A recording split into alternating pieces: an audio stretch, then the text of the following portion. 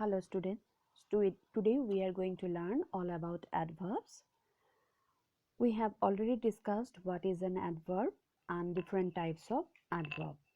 Today we are going to learn adverb or adjective. This part means the differences between an adverb and an adjective. See the example given in your book. I had an early arrival. Here early describes arrival and arrival is a noun. So here early is an adjective. Whereas I arrived early for the party, here in this sentence early modifies the verb arrived. So here in this sentence early is an adverb. Here are some more words which can function both as adjective and adverb. See the list that is given in your book. Daily. See the word daily. This is my daily routine. Here daily says about routine and routine is a noun. So daily here is an adjective. Whereas I go there daily. Here daily modifies the verb go. How often I go there? Daily. So here daily is an adjective. So you will be reading this table. Now see the let's practice part. In the yellow box, few words given. You have to use these words in your sentences as adjective and adverb. Let's take the word weekly. This is my weekly routine. Here weekly describes the routine, means describes the noun. Routine is a noun here. So in this sentence weekly will be an adjective. Whereas if I say he comes here weekly, in this sentence weekly modifies the verb comes. So in this sentence weekly will be an adverb. In this way you have to write or you have to make sentences in your copy for your practice. Let's see what is next. Yes, it's degrees of comparison. Like adjective, adverbs can also be used in positive, comparative and superlative degrees. A list of such adverbs given below. See the list. Positive and comparative and superlative. Clear, clearer, clearest. Early, earlier, earliest.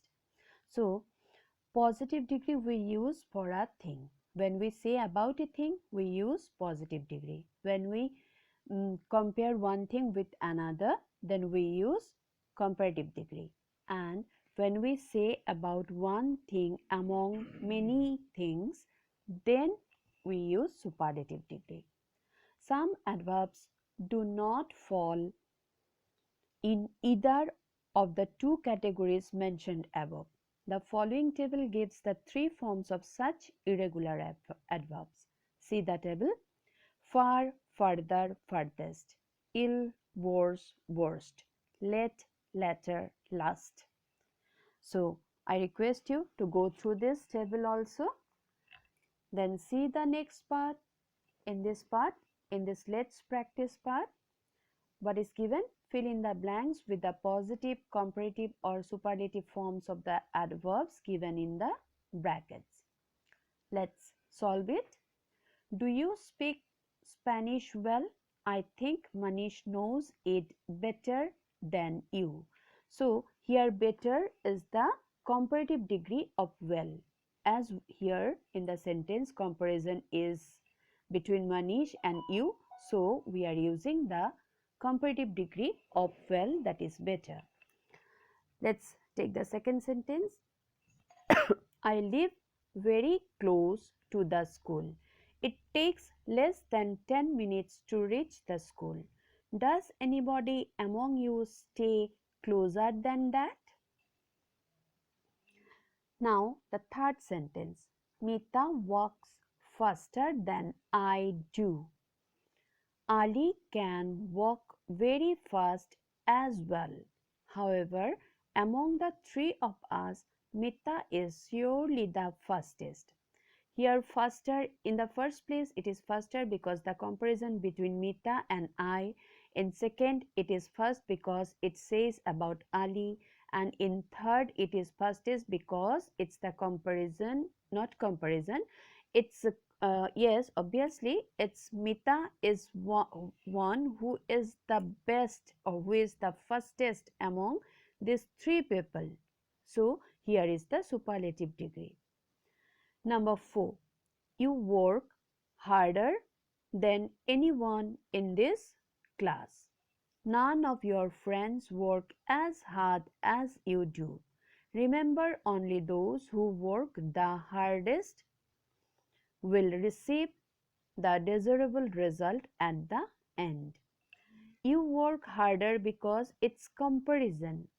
None of your friends work as hard as you do. Here it is says about you, it says about a single person, and next here it is one said about one who is the, who says about one among all.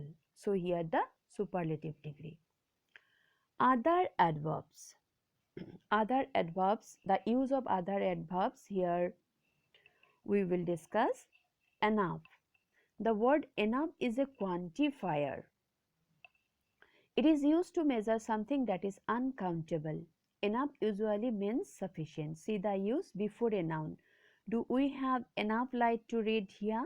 So here enough light. It sits before the noun light. After an adjective, this room is big enough.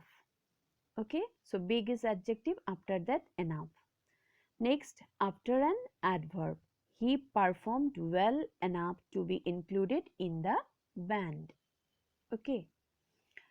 Now, fairly, quite, rather, use of these three words. All these words mean moderately, but they are used differently.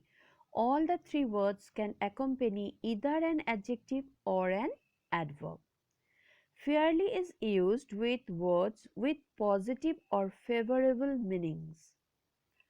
See the example, Rahman performed fairly well in the class. Then rather is mostly used with words carrying negative meaning or dismissive significance. See the example, George did rather badly this time. So here rather is used for negative meaning.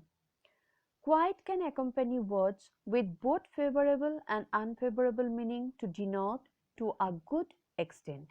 See the example, you seem to have quite well, but your sister did quite badly.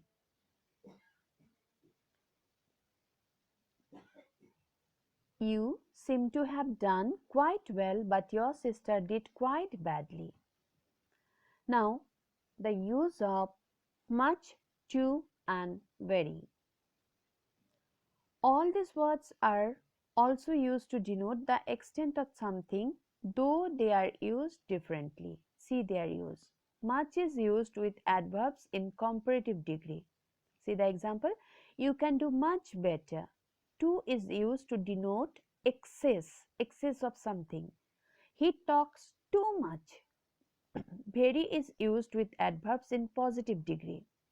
How are you? I'm very well means positive. Where your positive means when your mood is positive, then we use very. Now let's practice part. See here in the box given few adverbs, we have to use them correctly in the sentences. The audience was quite moved by her performance. I was rather shocked by your behavior last night. The referee was very efficient. I hope you haven't been waiting too long. There are fairly a few varieties of fish living around coral reefs. Students these days are much smarter than before. I wanted to buy the book, but it is too costly. There is a very simple solution to your problem. My elder sister is old enough to live on her own. It was a very easy exam, although it was too lengthy. I hope you have understood. Now I request you to practice this last part of Let's Practice in your copy and do submit in Google Classroom. Thank you, students.